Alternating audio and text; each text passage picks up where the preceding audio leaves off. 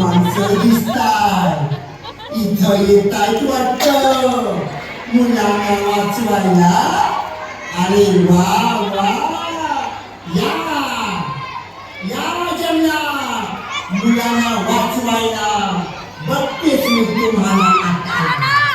मुलांनी ऐका ना माझं, गावातली माणसं येत आहेत इथं, त्यांना सांगू नका मी इथे लपून बसते